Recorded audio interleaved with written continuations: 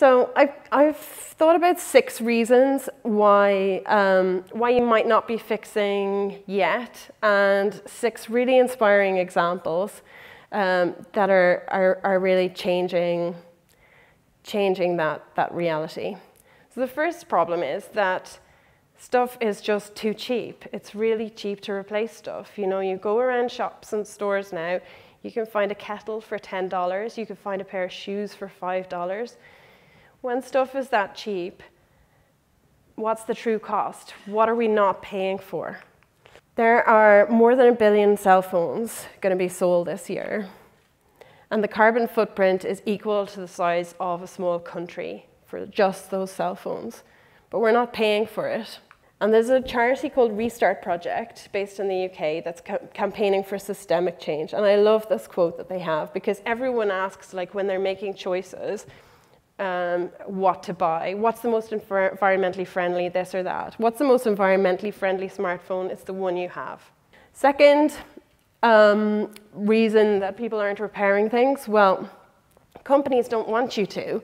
They're actively designing stuff so that it can't be repaired, so that you can't do it. Because it's not just the gadget companies that are designing screws that don't fit the screwdrivers that you have, so you can't open them up, or kitchen appliance companies that are using glue instead of screws so that you can't open them up and you can't repair them. Those companies are operating on the premise that if you can't repair something, you're going to repurchase another one sooner.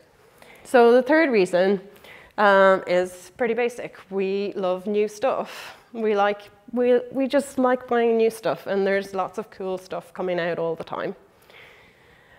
Shoes are a primary example. We're all guilty of it. They're just so easy to buy and easy to love. 20 billion pairs of shoes are made every year, and these are made from materials that last a very long time. The fourth problem is that it's in our minds. We have a throwaway mindset. 12 billion tons of clothing is thrown away every year in the US, and the clothing industry is the 2nd largest polluter, second only to oil. It's not because the clothes are disintegrating, it's because we're not continuing to wear them, we're not continuing to take care of them. And we've got to change our minds. If you think about other stuff, you think about jewelry or you think about furniture, there are things in our lives that we enjoy aging with. We buy them and we intend to live with them for our lives. And if they get a stain or they get a bit scuffed, we kind of, oh, it has a bit of a memory of that time, that party where we spilled the wine or whatever. But we don't think about that with our clothes or with various other things in our lives. So we've got to change how we're thinking. The 5th reason you might not be repairing is you might not think that you can, that you don't have the skills, you don't have the knowledge. Well, the good news is that it's really easy, much easier than you think to learn. iFixit is an amazing, amazing resource. There's more than 35,000 repair manuals on there of 10,000 different devices and appliances and so on. And they're really, really good quality. You can follow step by step. And they have the guidance for what spare parts you might need and where you can get them, and those are all quality checked and so on. So you can learn online, teach yourself. That's amazing. You can also go to a repair cafe.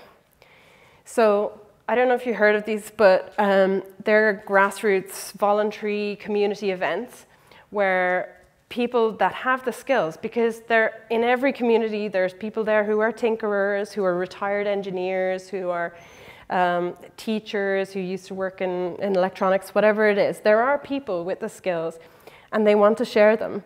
And so a repair cafe is where that happens. You can bring along your broken stuff and you can not only have it fixed like you would in a repair shop, but you can learn how to do it at the same time. Okay, and the last reason, which is a little bit sad, is that we've lost our confidence around fixing things and making things. But there's amazing stuff happening in this space as well. So if you think about it, when you're a kid, you have all the confidence in the world. You watch a kid, they think, even if they can or not, they think they can sing, they think they can dance, They think they can draw. Well, they think they can fix. And what if we can help them hold on to that? What if the next generation, we can help them hold on to that confidence by nurturing those skills and nurturing that enthusiasm? I just want to finish on a little animation that we made to celebrate the spirit of the creativity of this community.